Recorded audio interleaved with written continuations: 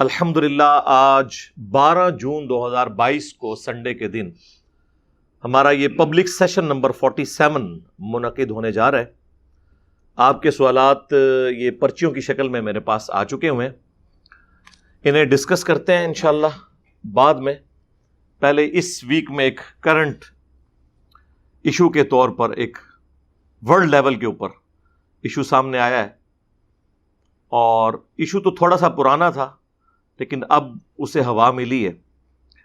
مئی کے آخری ہفتے میں ایک ٹی وی پروگرام میں لائیو شو کے اندر ہمارے جو پڑوسی ملک ہے انڈیا، اس میں جو حکمران جماعت ہے بی جے پی، ان کی ایک کوئی رکن ہے، انہوں نے لائیو ڈسکشن کے دوران کچھ توہین آمیز الفاظ جو ہیں وہ استعمال کیے اسلام کے حوالے سے اور پیغمبر اسلام کے حوالے سے صلی اللہ علیہ وآلہ وسلم۔ یہ واقعہ 26 مئی 2022 کو ہوا۔ کچھ لوکل لیول کے اوپر احتجاج ہوئے لیکن کوئی اس کو پذیرائی نہیں ملی۔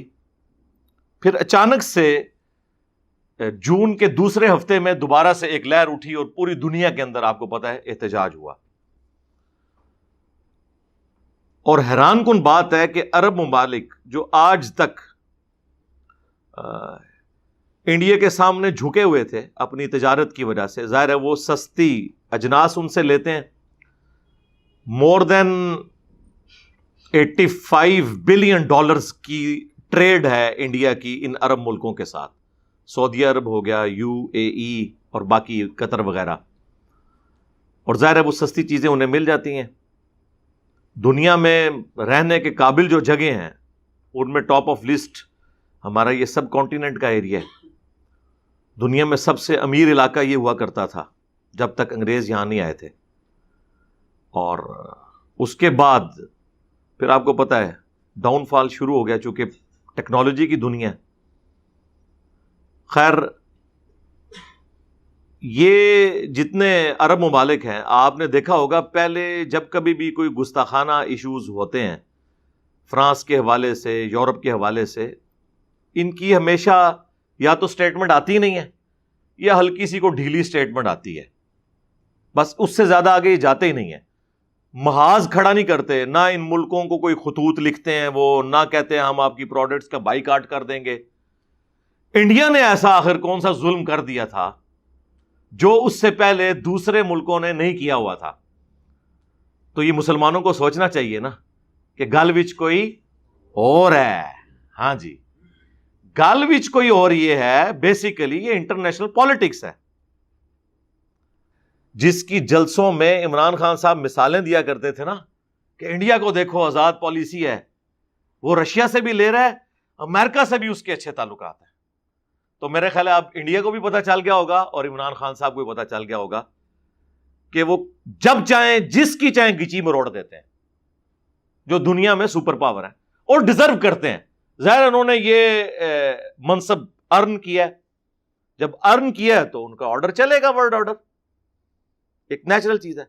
یہ یعنی کہ میں فخر سے نہیں کہہ رہا، یہ دکھ ہے لیکن یہ ریالٹی ہے، اسے ایکسیپٹ کرنا چاہیے۔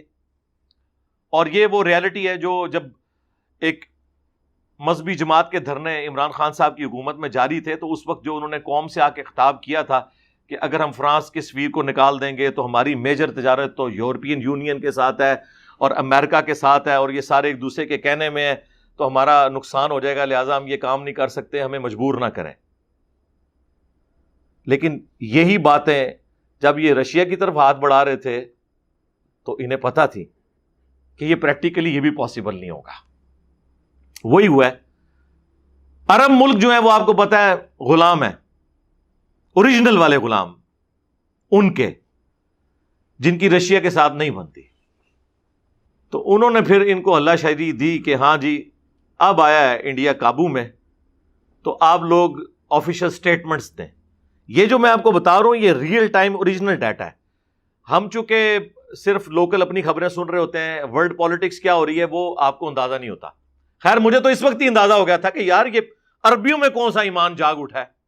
ہاں، اس سے بڑے واقعات ہوئے ہیں۔ سب سے توانا آواز پوری دنیا میں دو مسلمانوں کی تھی، ایک عمران خان صاحب اور دوسرے طیب اردگان، اسلاموفوبیا کے خلاف، گستاخانہ کارٹونز کے خلاف. اس وقت یہ سارے عرب ملک سوئے پڑے ہوئے تھے. وہ جو کچھ ہو رہا تھا وہ اس سے بڑا تھا. یہ تو ایک سٹیٹمنٹ دی، اس کے بعد اس کے اوپر مقدمہ قائم ہوا، اس نے آفیشلی آ کے معافی بھی مانگ لی، وہ ہاتھ جوڑ جوڑ کے اپنی زندگی کی بھیک بھی مانگ رہی ہے. اور وہ جو سٹیٹمنٹ بھی دی اس نے وہ ریبٹل کے طور پر دی، جذبات میں آ کے. جب آپ کسی کے ریجن پر حملہ کریں گے اس کے جواب میں وہ آپ کے ریجن پہ حملہ کرے گا. کوئی آرگنائز طریقے سے یہ کام نہیں چلا تھا، ایک حادثاتی طور پہ ٹی وی ٹاک شو میں ہو گیا، اور اس کے اوپر ایکشن بھی لے لیا بی جے پی نے دباؤ میں آ کے. لیکن اس کے باوجود ابھی تک اس کو ٹھنڈا نہیں ہونے دے رہے. بیسیکلی وہ انڈیا کو اس کی اوقات میں رکھ رہے ہیں کہ تجھے بڑا شوق ہے نا رشیا کے ساتھ تجارت کرنے کا، تو تیرا شوق نکال دیتے ہیں. تجھے بڑا فخر ہے نا کہ میں نے سب کے ساتھ بنا کے رکھی ہوئی ہے، تو تجھے بتا دیتے ہیں کہ دنیا میں حکم کس کا چلتا ہے. یہ ہے پیچھے اس کے ریزن. باقی جو ریل ٹائم ادھر ہوا اس کو ذرا چنگاری ایک دکھانے کی ضرورت تھی، اور پوری دنیا میں انہوں نے یہ معاملات کھڑے کر دیے. وہ جو پروگرام کے اندر جو کچھ ہوا اور جو 3 اعتراضات اس نے اٹھائے، نمبر 1 اس نے کہا کہ جی اڑنے والے گھوڑے کا ذکر تمہاری کتابوں میں موجود ہے، یعنی نبی صلی اللہ علیہ وآلہ وسلم کا واقعہ معراج، اس کی طرف اس نے اسے ہٹ کیا اور اسے اس فزیکل ورلڈ سے جوڑتے ہوئے ایک سمجھ لیں ان سائنٹیفک فینومینا کے طور پر پیش کیا، یہ نان سائنٹیفک فینومینا کے طور پر. دوسرا اس نے نبی صلی اللہ علیہ وآلہ وسلم کی سیدہ عائشہ کے ساتھ کم عمر کی شادی کو ٹارگٹ کیا. یہ بیسیکلی زیادہ ہمارے لیے تکلیف دہ چیز تھی. دوسری چیزیں چلے ہو سکتا ہے کسی کو سمجھ نہیں آئی ہیں، کوئی زبردستی کی شادی نہیں ہوئی ہوئی، مرضی کی شادی ہوئی ہوئی ہے، عورت بالغہ ہو چکی ہوئی ہے، اس کے بعد رخصتی ہوئی ہے، اس کے اوپر اعتراض بنتا ہی نہیں ہے. ایج ڈفرنس، کوئی کہتا ہے جی وہ 19 سال تھی، کوئی کہتا ہے جی 9 سال تھی. میں کہتا ہوں اس سے کوئی فرق نہیں پڑتا، 9 سال ہو، 19 سال ہو، 29 سال ہو، 99 ایئرز ہو. جب 2 مرد و عورت آپس میں اتفاق کے ساتھ شادی کر لیں حق مہر کے عوض، ایج ڈفرنس جو بھی ہو، اس کے اوپر کوئی اعتراض تو بنتا ہی نہیں ہے. یہ کوئی زبردستی والا معاملہ ہی نہیں ہے. اس کو خیر میں بعد میں ایڈریس کرتا ہوں. اور تیسری چیز اس نے کہا کہ قرآن حکیم میں لکھا ہے کہ زمین فلیٹ ہے. ہاں ٹھیک ہے، یہ ہم بات کر سکتے ہیں کہ بھئی وہ جو فلیٹ کا معنی تم نے لیا ہے وہ وہی ہے جو علماء کرام سب کانٹیننٹ کے میرے کلپس آؤٹ آف کانٹیکسٹ کاٹ کے تو اپنا لقمہ ان کے منہ میں ڈالتے ہیں. تم نے قرآن سے جو سٹیٹمنٹ اٹھائی ہے، قرآن لٹریچر کی زبان میں بات کرتے گی ہے، وہ اس طرح کی بات ہے ہی نہیں تھی جو تم نے اس کو رنگ دیا ہے. یہ فزیکل ورڈ سے تعلق رکھتی ہے چیز، ٹھیک ہے ہم اس کا جواب دیں گے. اس کے علاوہ بھی آئے دن مسئلے اٹھاتے رہتے ہیں. کبھی سورہ توبہ کی آیات اٹھا لیتے ہیں کہ جی قرآن میں لکھا ہوا ہے کہ جی جہاں بھی کوئی کافر نظر آئے اسے قتل کر دو. اسی طریقے سے اسلام تلوار کے زور کے اوپر پھیلا ہے. اس قسم کے اعتراضات آپ سنتے رہتے ہیں. خیر اس کے اوپر گھنٹوں بولا جا سکتا ہے، لیکن فی الوقت میں اس کے اوپر آتا ہوں. پہلے تو آپ وہ سینیریو دیکھیں اس ٹی وی پروگرام کا. اس ٹی وی پروگرام کے اندر پہل جو ہے مسلمان کی جانب سے ہوئی ہے. اس کا آپ کو اندازہ ہوگا، ابھی تو ادھورے کلپ چل رہے ہیں، وہ بھی بڑی مشکل سے مجھے ایک کلپ ملا ہے،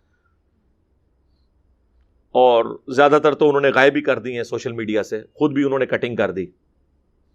کوئی ریئل ٹائم کسی نے ریکارڈ کر لیا تھا ٹی وی پروگرام سے، تو وہ چل رہا ہے. تو اس عورت کے آپ کو جواب کے انداز سے پتہ چل جائے گا کہ وہ ریبٹل کر رہی ہے. کیونکہ جب وہ مسلمان نے وہ بات کی تو اس نے کہا کہ اچھا آپ اگر اس طرح کی باتیں کرو گے نا تو ہم بھی یہ کہیں گے. تو یہ پہلا مجرم تو وہ مسلمان ہے جو کسی کے ریلیجن کے بارے میں اس طریقے سے لائیو ٹی وی پروگرام کے اندر آ کے بات کر رہا ہے. اور یہ بالکل کوئی قرآن و سنت کی تعلیمات نہیں ہے کہ آپ کسی کے ریلیجن کا مذاق اڑائیں، جبکہ وہ آپ کے مخالف کوئی ریلیجن ہے. ایک تو ہے کہ میں مسلمان ہوں، میرا سامنے مسلمان بیٹھا ہے، وہ کہتا ہے میں قرآن کو مانتا ہوں، میں کہتا ہوں میں قرآن کو مانتا ہوں، وہ کہتا ہے میں بخاری مسلم کو مانتا ہوں، میں کہتا ہوں میں بخاری مسلم کو مانتا ہوں. اب میں اسے قرآن سے پڑھ کے سنا رہا ہوں ایاک نعبد و ایاک نستعین، اور وہ آگے سے پڑھ کے سنا رہا ہے سن فریاد پیراں دیا پیرا میری فریاد تو سنی کان تھار کے ہو. اب جب میں اس کا مذاق اڑا رہا ہوں نا تو بیسیکلی ایک اپوزٹ ریلیجن نہیں ہے، اسے میں کہہ رہا ہوں کہ تو میرے ریلیجن کا نام لے کے میرے ریلیجن کی تعلیمات کو بگاڑ کے پیش کر رہا ہے، کسٹوڈین تو بنا ہوا ہے قرآن و سنت کا، تو یہ تو میں تجھے اجازت نہیں دوں گا کہ تو قرآن اور سنت کے مقابلے پہ بابوں کو پیش کرے. یہ مذاق اڑانا نہیں ہوگا. یہ ذرا میں آپ کو ڈفرنس بتا رہا ہوں. لیکن ونس جب اپوزٹ ریلیجن کے لوگ بیٹھے ہوتے ہیں نا، ان کے ساتھ پھر آپ نے ڈسکشن کرتے وقت ظاہر ہے کہ ان کے لیے تو نبی علیہ السلام اللہ کے پیغمبر نہیں ہے نا، اور ہمارے نزدیک ان کے ریلیجن میں خامیاں موجود ہیں، تو پھر ہمیں الفاظ کے چناؤ پر ذرا تفکر کرنا چاہیے. اور یہ قرآن حکیم کی تعلیمات ہیں. سورۃ الانعام میں اللہ تعالیٰ نے پارہ نمبر آپ 7 میں آ جائیں، پارہ نمبر 7 کی آخری صفحے کے اوپر سورۃ الانعام کی آیت نمبر 108 ہے. اعوذ باللہ من الشیطان الرجیم، بسم اللہ الرحمن الرحیم. وَلَا تَسُبُّوا الَّذِينَ يَدْعُونَ مِن دُونِ اللَّهِ،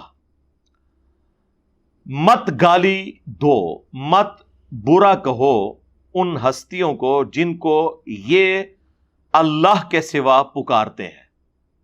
یعنی اب یہ اسپیسیفکلی مشرکین عرب کے حوالے سے یہ بات ہو رہی ہے کہ یہ جن ہستیوں کو اللہ کے سوا اپنا معبود، مشکل کشا، حاجت روا مانے ہوئے ہیں، انہیں گالی مت دو. فَيَسُبُّ اللَّهَ عَدْوًا بِغَيْرِ عِلْمٍ، پس یہ لوگ پھر اللہ کو گالی دیں گے دشمنی میں آ کر، غصے میں آ کر، بغیر علم کے. كَذَلِكَ زَيَّنَّا لِكُلِّ أُمَّةٍ عَمَلَهُمْ، بالکل اس طریقے سے ہر امت کے لیے اس کے اعمال سنوار دیے گئے ہیں.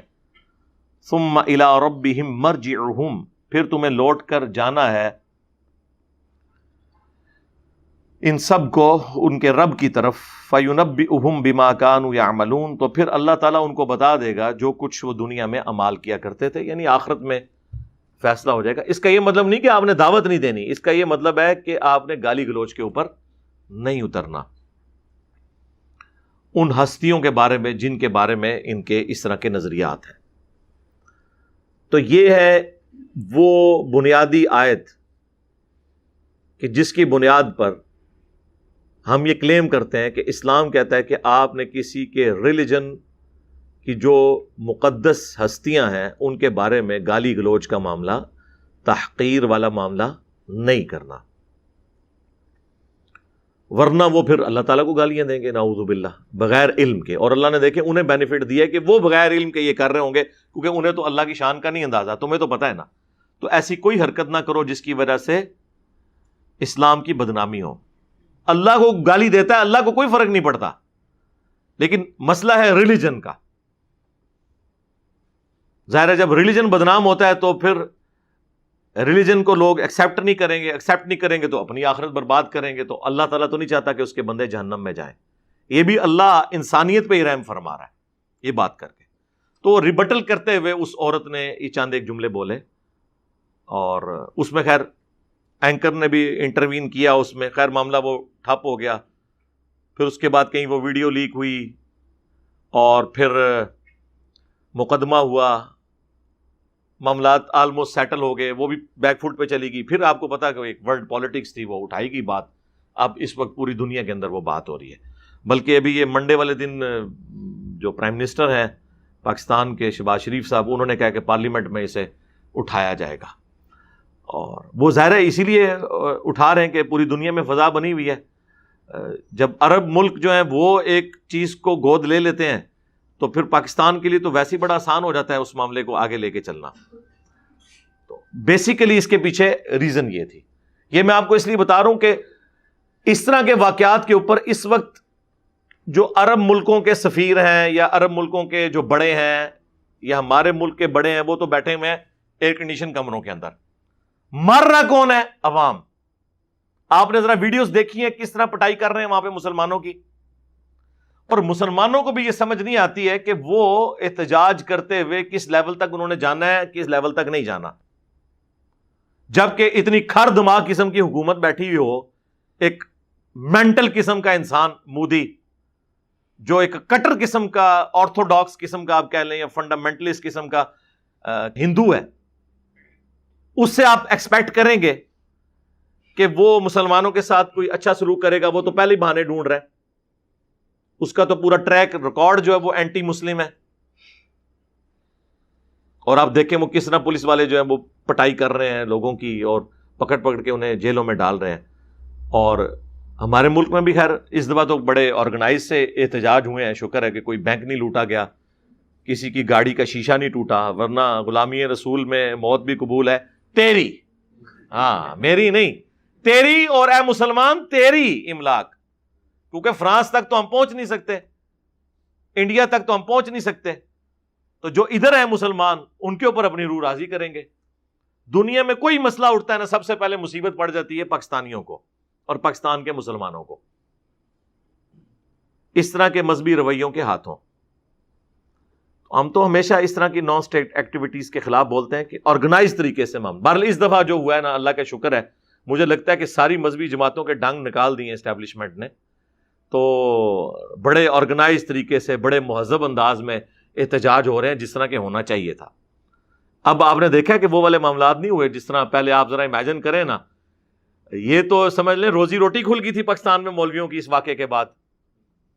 فرانس تو اتنی دور ہے، جب پڑوسی ملک میں ہو، اور وہ پڑوسی ملک وہ جس کے خلاف ہماری ڈکلیئرڈ پالیسیز ہیں، پوری فوج کا آئین جو ہے اور ان کے حلف نامے جو ہیں وہ اس ملک کے اگینسٹ ہیں اور ان کے ہمارے اگینسٹ ہیں.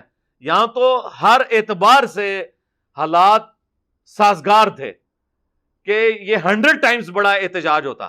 یعنی اگر فرانس کے خلاف احتجاج میں 100 بینک لوٹے گئے تھے، ان کی اے ٹی ایم توڑی گئی تھی، تو یہ کم از کم 10,000 اے ٹی ایمز ٹوٹنی چاہیے تھی. وہاں پہ اگر 10,000 گاڑیوں کو آگ لگی تھی تو یہ 10 لاکھ کو لگنی چاہیے تھی. لیکن اللہ کا شکر ہے کہ بڑے مہذب انداز کے اندر احتجاج ہوا ہے.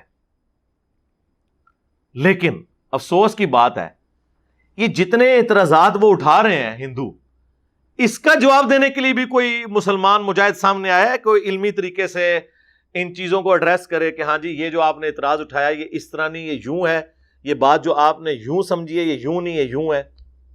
ایک کام کو نہیں نہ گلوڑے. یہ ایک دوسرے کے خلاف کلپ بنا سکتے ہیں، ایک دوسرے کو گالیاں دے سکتے ہیں، علمی طریقے سے جو کافروں کے اٹھائے ہوئے اعتراضات ہیں ان کے جوابات نہیں دے سکتے.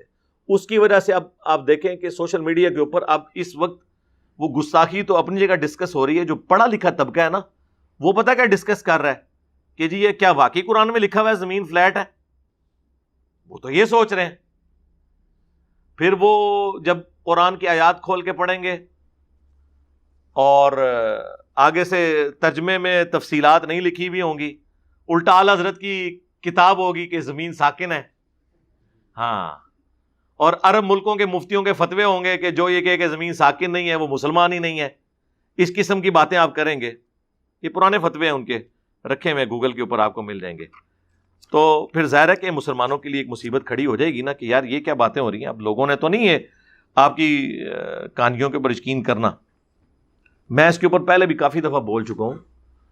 زمین ساکن ہے میری ویڈیو آپ دیکھ لیں، قرآن ورسز ماڈرن سائنس وہ آپ میری ویڈیو دیکھ لیں، اور کافی ساری اس حوالے سے ویڈیوز ہیں جس میں نے اوورال مقدمہ کلیئر کیا ہے.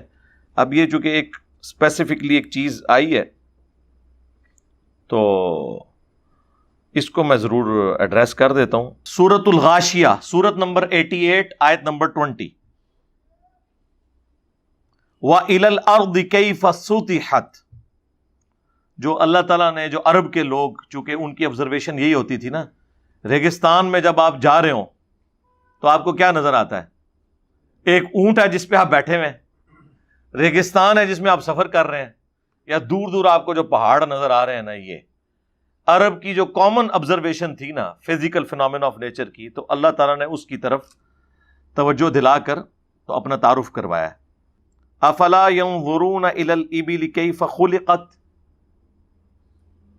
کیا انہوں نے نہیں دیکھا کہ ہم نے اونٹ کو کیسا تخلیق کیا ہے؟ یونیک جانور ہے جی اونٹ. 1 مہینے تک بغیر پانی پیے ٹریول کر سکتا ہے، پانی سٹور کر لیتا ہے اپنے اندر.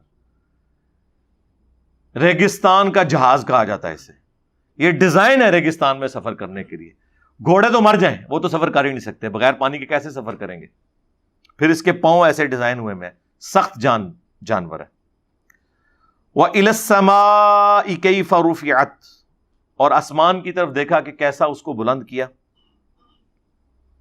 وَإِلَى الْجِبَالِ كَيْفَ نُصِبَتْ، اور پہاڑوں کی طرف دیکھا کیسے گاڑے ہیں اللہ نے زمین میں.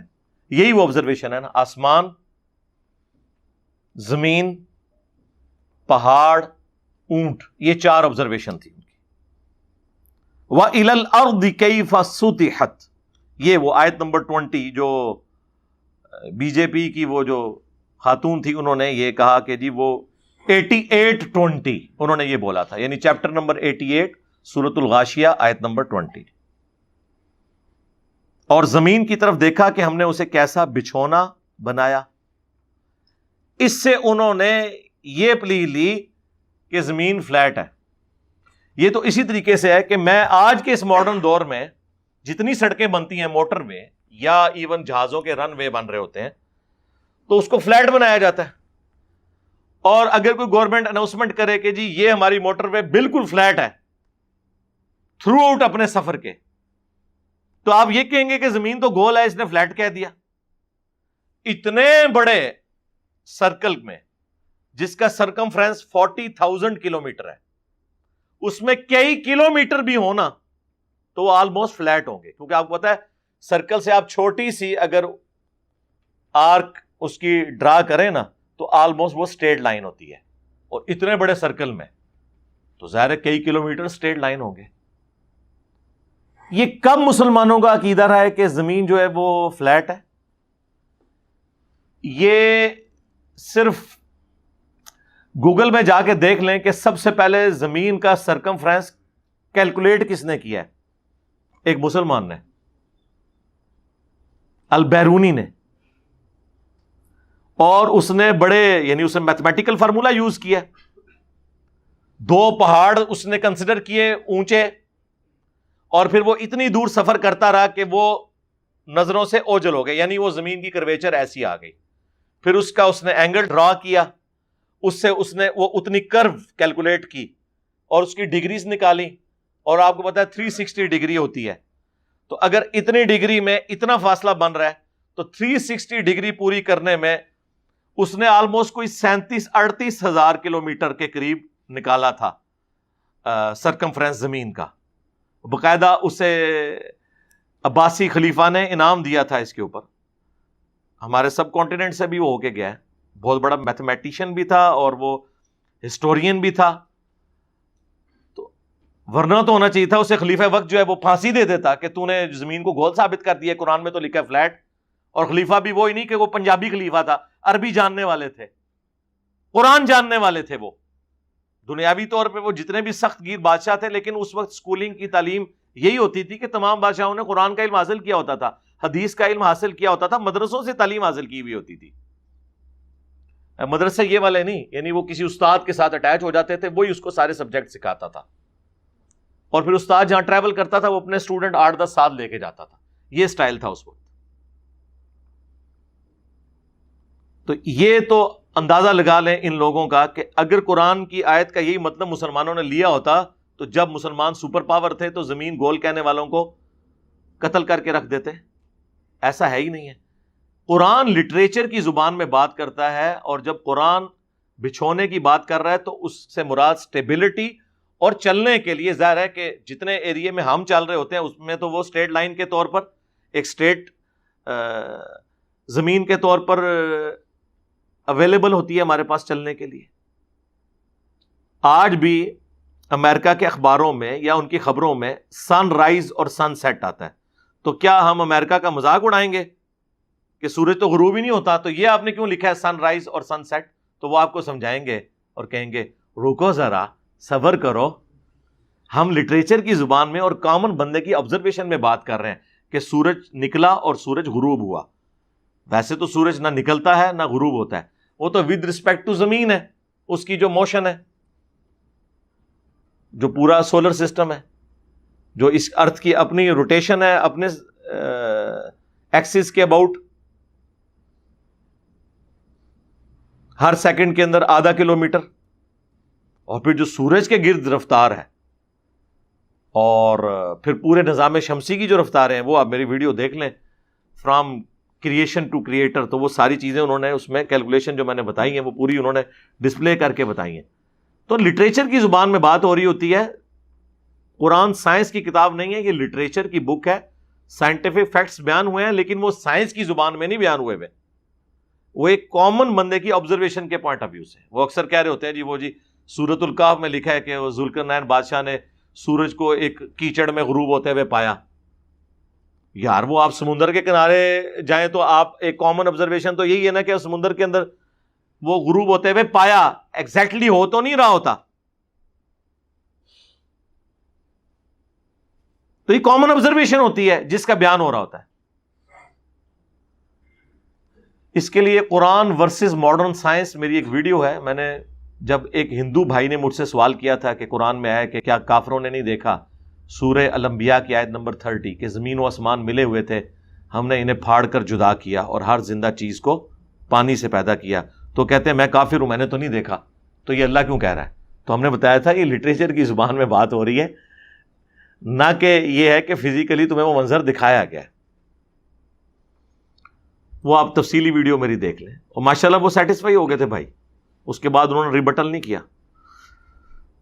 تو اس طرح قرآن پاک میں جو اس طرح کی باتیں آتی، اس طرح انہوں نے ذکر کیا جی وہ اڑنے والے گھوڑے. بھائی نبی علیہ السلام نے یا قرآن میں تو خیر ذکر ہی نہیں ہے کسی گھوڑے کا اڑنے کے اعتبار سے.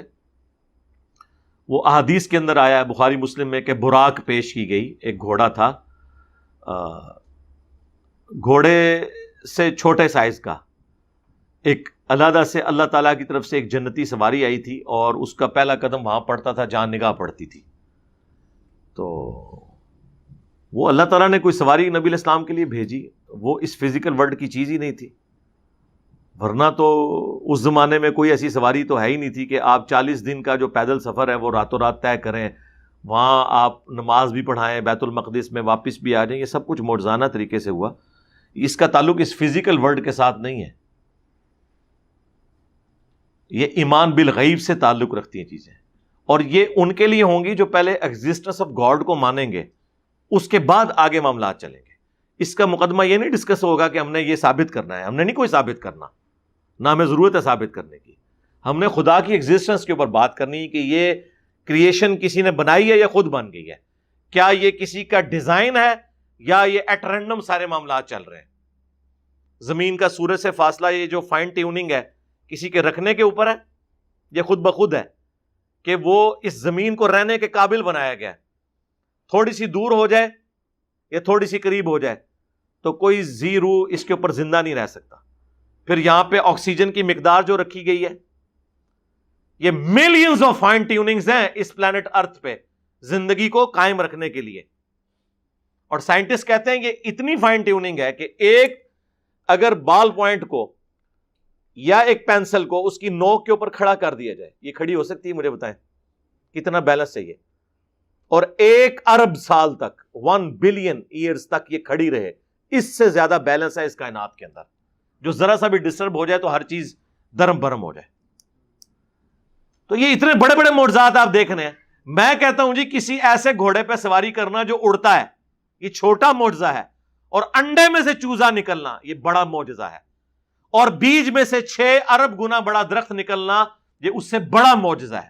لیکن یہ وہ فزیکل فینامنا ہے جس کے ہم عادی ہو چکے ہیں، اس لیے ہمیں یہ معجزہ فیل نہیں ہوتا. وہ تو بہت چھوٹی چیز ہے لیکن اس کے ہم عادی ہیں، اس کے عادی نہیں ہے تو ہم اس کا مذاق اڑا لیں گے. تو جو اللہ اتنے بڑے بڑے کام کر رہا ہے اس کے لیے کوئی مشکل ہے؟ جس اللہ نے روشنی کو یہ رفتار دی ہے کہ 1 سیکنڈ میں 3 لاکھ کلومیٹر یا 1,86,000 میل وہ سفر کرتی ہے. 1 سیکنڈ میں روشنی پوری زمین کے 7 چکر کاٹ سکتی ہے، جس کا سرکمفرنس 40,000 کلومیٹر ہے. 40,000 کلومیٹر زمین کا سرکمفرنس ہے. 1 سیکنڈ میں روشنی 7 چکر اس کے کاٹ لے گی.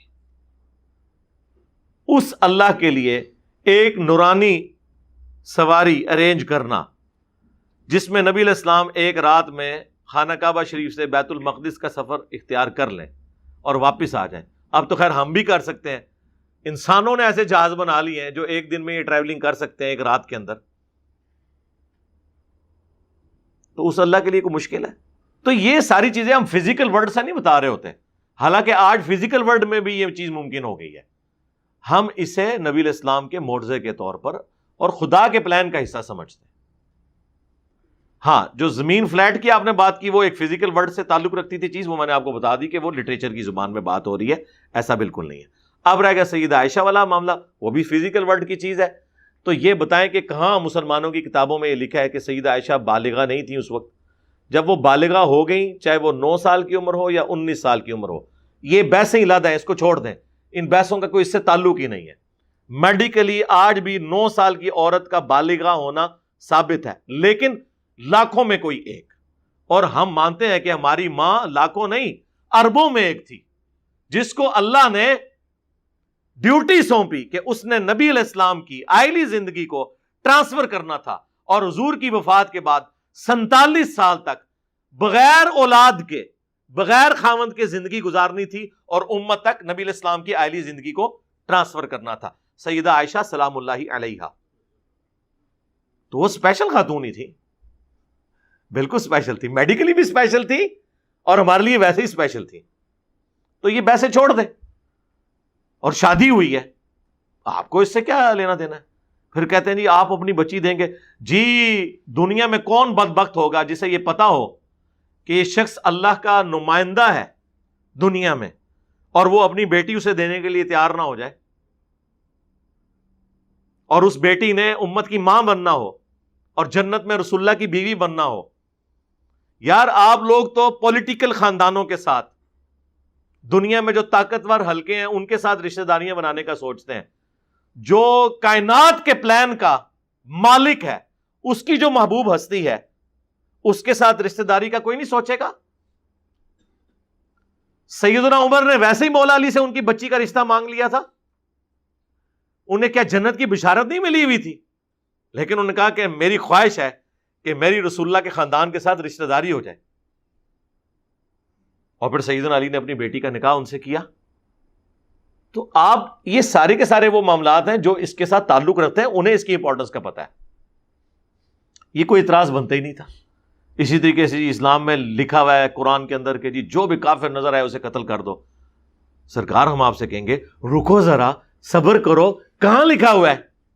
اس کے آگے پیچھے پڑھو، سورہ التوبہ کھول کر دیکھو، وہ تو سراپا رحمت ہے، اللہ کے غضب بھی اس میں بیان ہوا، لیکن وہ سراپا رحمت ہے کہ اس غضب کی حالت میں بھی کہا گیا ہے کہ اب بھی اگر کوئی امن مانگتا ہے اسے امن دو، تاکہ وہ قرآن سنے اور اللہ کی طرف رجوع لے آئے۔ مسلمانوں اور کافروں کی ایک پیس ٹریٹی تھی جس میں ڈیسائیڈ ہوا تھا کہ جب یہ ٹریٹی ٹوٹے گی تو اس کے بعد کوئی اس کو پھر فالو نہیں کرے گا، اور وہ کافروں نے ٹریٹی توڑی تھی۔ جب کافروں نے وہ ٹریٹی توڑ دی، اس کے بعد وہ ایکٹیویٹی پرفارم کی گئی کہ اس زمانے میں جن لوگوں نے یہ بد عہدی کی تھی، اور بد عہدی کی سزا اس زمانے میں یہ مانی جاتی تھی، اس کے اگینسٹ یہ ساری باتیں ہوئی ہوئی ہیں، نہ کہ یہ ہے کہ جو بھی کافر نظر آئے۔ یار مسلمانوں نے 300 سال یہاں حکومت کی ہے، آج بھی 50% سے زیادہ، بہت محتاط اندازہ لگا لیں، ورنہ میرے نزدیک تو 70% سے زیادہ اس وقت بھی سب کانٹیننٹ میں کافر ہیں۔ تو اگر تلوار کے زور پہ آپ کو مسلمان بنانا ہوتا تو مسلمان بنا نہ لیتے۔ میرا تعلق تو ویسے ہی مغلیہ خاندان سے ہے، اور ہمارے بڑوں نے حکومت کی ہے یہاں پہ، ہم ان کی حکومت کو مسلمان حکومت سمجھتے ہیں، اسلامی حکومت نہیں سمجھتے۔ جتنے ان کا یہاں پہ زور تھا، تلوار کی نوک کے اوپر سب کو کلمہ نہیں پڑھا سکتے تھے، نہیں پڑھایا۔ دوسری طرف ضرور غلو کر لیا جلال الدین اکبر نے کہ اس نے ہندو عورتوں سے بھی شادیاں کی ہوئی تھی۔ مسلمان ہمیشہ مائنورٹی میں رہے یہاں پہ، لیکن پھر بھی حکومت میں رہے، اس کے باوجود انہوں نے کبھی تلوار کے زور پہ لوگوں کو مسلمان نہیں کیا۔ لہٰذا یہ بالکل، البتہ جو شروع میں اسلام پھیلا رومنز اور پرشین کے خلاف، تو ظاہر ہے وہ بدماش حکومتیں تھیں، استحصال کرتی تھیں عوام الناس کا۔ وہ عوام الناس نے خود مسلمانوں کو ویلکم کیا جب ان کے ظالم حکمرانوں سے مسلمانوں نے نجات دلائی ان کو، اور وہ اللہ تعالیٰ کے پلان کا حصہ تھا کہ دنیا کو فریڈم آف ایکسپریشن دینا ہے۔ اسلام دور جدید کا خالق ہے۔ آپ کے انڈیا ہی کے تو اسکالر ہیں وحید الدین خان صاحب، جن کو سب سے بڑے ایوارڈ انڈین گورنمنٹ نے دیے ہوئے ہیں. اور جو آپ کے پرائم منسٹر مودی ہیں وہ تو بڑی عزت کرتے ہیں ان کی. پچھلے دنوں جو کورونا میں فوت ہوئے ہیں 90+ ایج کے اندر, ان کی آپ کتاب پڑھ لیں, چھوٹی سی کتاب ہے, اسلام دور جدید کا خالق, کہ اس دور جدید میں فریڈم آف ایکسپریشن اسلام نے دیا ہے. پہلے جو بادشاہ کا دین ہوتا تھا وہی رعایا کا دین ہوتا تھا. اسلام نے پہلی دفعہ یہ اجازت دی کہ رعایا اور بادشاہ کا دین مختلف ہو سکتا ہے, ورنہ رومنز جب تک بت پرست تھے پوری رومن امپائر بت پرست تھی. جب کانسٹنٹائن 2 نے کرسچینٹی اڈاپٹ کر لی, یا اس زمانے کا آپ کہہ لیں وہ اسلام تھا, تو پوری رعایا جو ہے اس کو اسلام قبول کرنا پڑا, کرسچینٹی قبول کرنی پڑی. لیکن کیا سیدنا عمر نے جب پرشین اور رومن امپائر گرائی ہے تو کیا انہیں تلوار کی زور کے اوپر کہا کہ مسلمان ہو جاؤ؟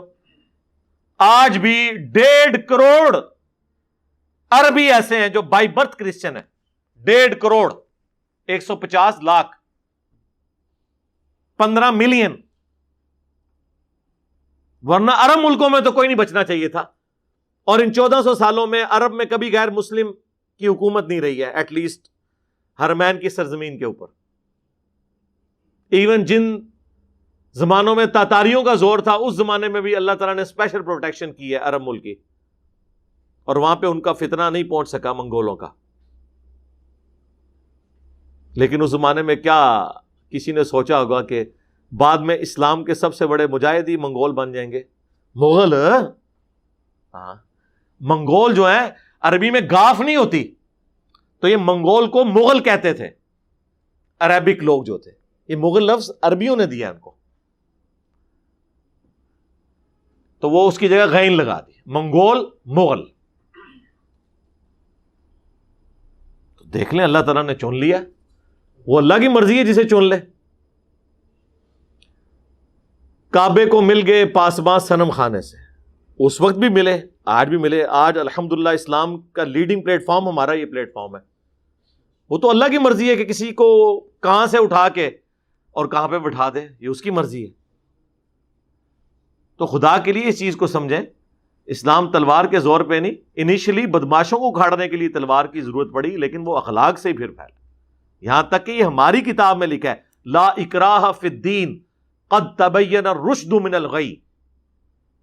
دین قبول کرنے کے حوالے سے کوئی جبر نہیں ہے. اللہ تعالیٰ نے ہدایت کو گمراہی سے الگ کر کے واضح کر دیا. اب جس کی مرضی ہے قبول کر لے, جس کی مرضی قبول نہ کرے. لیکن ونس جب قبول کرے گا پھر اللہ تعالیٰ کی طرف سے اس کے اوپر اوبلیگیشنز ہیں کہ اس نے 5 وقت نماز پڑھنی ہے, زکوٰۃ دینی ہے, استطاعت ہو تو اللہ کی راہ میں حج کرنا ہے, اور سال میں 1 دفعہ رمضان کے مہینے کے روزے رکھنے ہیں. یہ وہ 5 چیزیں جو بخاری مسلم میں ہے کہ اسلام کی بنیاد ہے. کلمہ اور اس کے بعد یہ 4 اعمال, نماز, زکوٰۃ, حج اور رمضان کے روزے. لیکن یہ اس کے لیے ہے جو مسلمان ہو جائے. جو مسلمان نہیں ہوا, کافر مرنا چاہتا ہے, اس کی مرضی ہے, مر جائے. آخرت میں پھر اللہ تعالیٰ کا ڈیوائن جو قانون ہے وہ اس کے اوپر لگے گا. دنیا میں چرچ بنانے کی اجازت بھی ہے, مندر بنانے کی اجازت بھی ہے, گردوارے بنانے کی اجازت بھی ہے, اور مساجد بھی بنے. آپ کو مذہبی آزادی ہے. الٹا مسلمانوں کو یہ حکم دیا گیا کہ آپ نے جو ٹیکس لیتے ہیں کافروں سے, وہ خیر مسلمان بھی دے رہے ہوتے ہیں زکوٰۃ کی شکل میں, اب تو خیر زکوٰۃ سے بڑھ کے دے رہے ہیں. اس کے اگینسٹ جزیہ کافروں سے لیا جاتا تھا, لیکن اس کے اگینسٹ ان کی حفاظت کی جاتی تھی.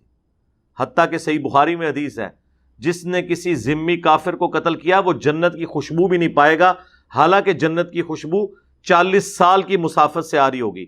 یعنی قیامت کا دن جو قرآن میں ہے 50,000 سال کا دن ہے, اس میں آخری 40 سال جب رہ جائیں گے تو جنت کی خوشبو آنا شروع ہو جائے گی. لیکن اس مسلمان کو جنت کی خوشبو بھی نہیں آئے گی جس نے کسی کافر کو ناحق قتل کیا, جو مسلمان ریاست کے اندر ٹیکس دے کر رہ رہا تھا. اسلام تو انسانیت کی اتنی قدر کرتا ہے. یہ تو قرآن میں آیت ہے نا, آیت نمبر 32 سورۃ المائدہ کی, کہ جس نے ایک جان کو بچایا اس نے پوری انسانیت کو بچا لیا, اور جس نے ایک جان کو ناحق قتل کیا گویا اس نے پوری انسانیت کو قتل کیا. تو اسلام کی تعلیمات ہے. تو اس قسم کی جو چیزیں وہ مشہور کر دیتے ہیں اور خام خواہ بدنام کرنے کی کوشش کرتے ہیں. تو مسلمانوں کا ایٹیچیوڈ یہ ہونا چاہیے کہ بجائے گالی گلوچ کرنے کے اور ان کے جھوٹے خداؤں کو گالیاں دینے کے علمی طریقے سے اپنا مقدمہ ان کے سامنے رکھیں. اس پہ خیر گھنٹوں بولا جا سکتا ہے، لیکن میں بس چونکہ ایک کرنٹ افیئر کے طور پہ ایک چیز چل رہی تھی، اور جو چیز ایک کرنٹ افیئر کے طور پہ ہوتی ہے میں اسے ضرور اپنے جو ویکلی پبلک سیشن ہے اس میں ٹیک اپ کرتا ہوں.